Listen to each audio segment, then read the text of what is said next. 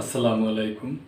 প্রিয় দর্শক, আপনারা জানেন যে বিএনপির ভারপ্রাপ্ত চেয়ারম্যান তারেক রহমান সাহেব দেশে ফিরছেন এবং বিশাল জনসমুদ্র এবং জনগণের ভালোবাসায় সিক্ত হয়ে উনি দেশে ফিরছেন। প্রথম এয়ারপোর্ট থেকে ৩০০ ফিটে জনসভায় ওখানে বক্তব্য দিয়ে ওনার মাকে দেখার পরে উনি বাসায় ফিরছেন আর কি। তো আমরা ধন্যবাদ জানাই এবং আশা করি যে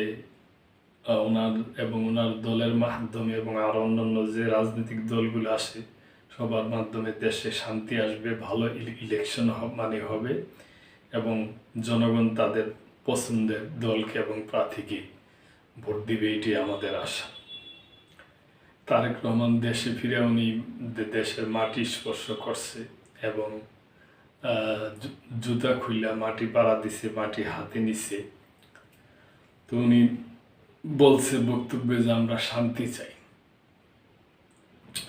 ওনার সাথে বলতে চাই আমরাও শান্তি চাই, আমরা দেশের শান্তি চাই। তারেক রহমান, বিএনপির ভারপ্রাপ্ত চেয়ারম্যান তারেক রহমান বলেছেন, প্রথমেই রাব্বুল আলামিনের প্রতি শুকরিয়া আদায় করছি, জনগণের দোয়ায় প্রিয় মাতৃভূমিতে ফিরে এসেছি।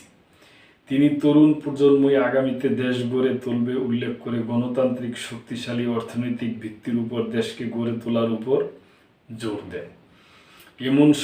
এ সময় পরপর 3 বার তারেক রহমান বলেন, আমরা দেশের শান্তি চাই। বৃহস্পতিবার বিকেলে রাজধানীর 300 ফিট সড়কের গণসংবর্ধনা মঞ্চে একথা বলেন তিনি। তারেক রহমান বলেন, সবাই মিলে এমন একটি বাংলাদেশ গড়ে তুলব আমরা, যা একজন মা দেখেন, অর্থাৎ একটি নিরাপদ বাংলাদেশ আমরা গড়ে তুলতে চাই, যে বাংলাদেশে একজন মানুষ নিরাপদে ঘর থেকে বের হতে পারে ও ঘরে ফিরে আসতে পারে। তিনি বলেন, ৭১-এ দেশের মানুষ যেমন স্বাধীনতা অর্জন করেছিল, ২০২৪ সালে তেমন সর্বস্তরের মানুষ সবাই মিলে এ দেশের স্বাধীনতা ও সার্বভৌমত্বকে রক্ষা করেছিল।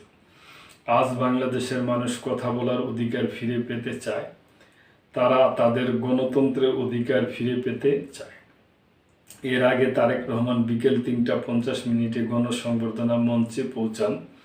এ সময় নেতাকর্মী আর উৎসুক জনতার স্লোগানে মুখর হয়ে ওঠে ৩০০ ফিট বা জুলাই ৩৬ এক্সপ্রেসওয়ে ও আশেপাশের এলাকা। চারিদিকে দেখা দেয় তুমুল উচ্ছ্বাস। মঞ্চে উঠেই হাত নেড়ে ভালোবাসা ও শুভেচ্ছার জবাব দেন বিএনপির ভারপ্রাপ্ত চেয়ারপারসন। এদিন হযরত শাহজালাল আন্তর্জাতিক বিমানবন্দর থেকে পথে পথে জনস্রোত ঠেলে পূর্বাঞ্চলের ৩০০ ফিটের সংবর্ধনা স্থলে আসে বিএনপির ভারপ্রাপ্ত চেয়ারম্যান তারেক রহমানের গাড়ি। এ সময় নেতাকর্মীদের মধ্যে বাঁধ ভাঙ্গা উচ্ছ্বাস দেখা যায়। তো প্রিয় দর্শক, আমরাও খুশি, দেশবাসী খুশি, ওনাদের দল এবং সবাই আমরা আশা করব যে উনি দেশে আসছেন এবং সুন্দর এবং যোগ্যতম নেতৃত্ব দিয়ে ওনার দলকে, দেশকে সামনের দিকে এগিয়ে নিয়ে যাবেন। এ ব্যাপারে আপনাদের কোনো মন্তব্য থাকলে অবশ্যই করবেন এবং লাইক, কমেন্ট, শেয়ার করে সাবস্ক্রাইব করে মেম্বারশিপ নিয়ে চ্যানেলটির পাশেই থাকবেন। আল্লাহ হাফেজ।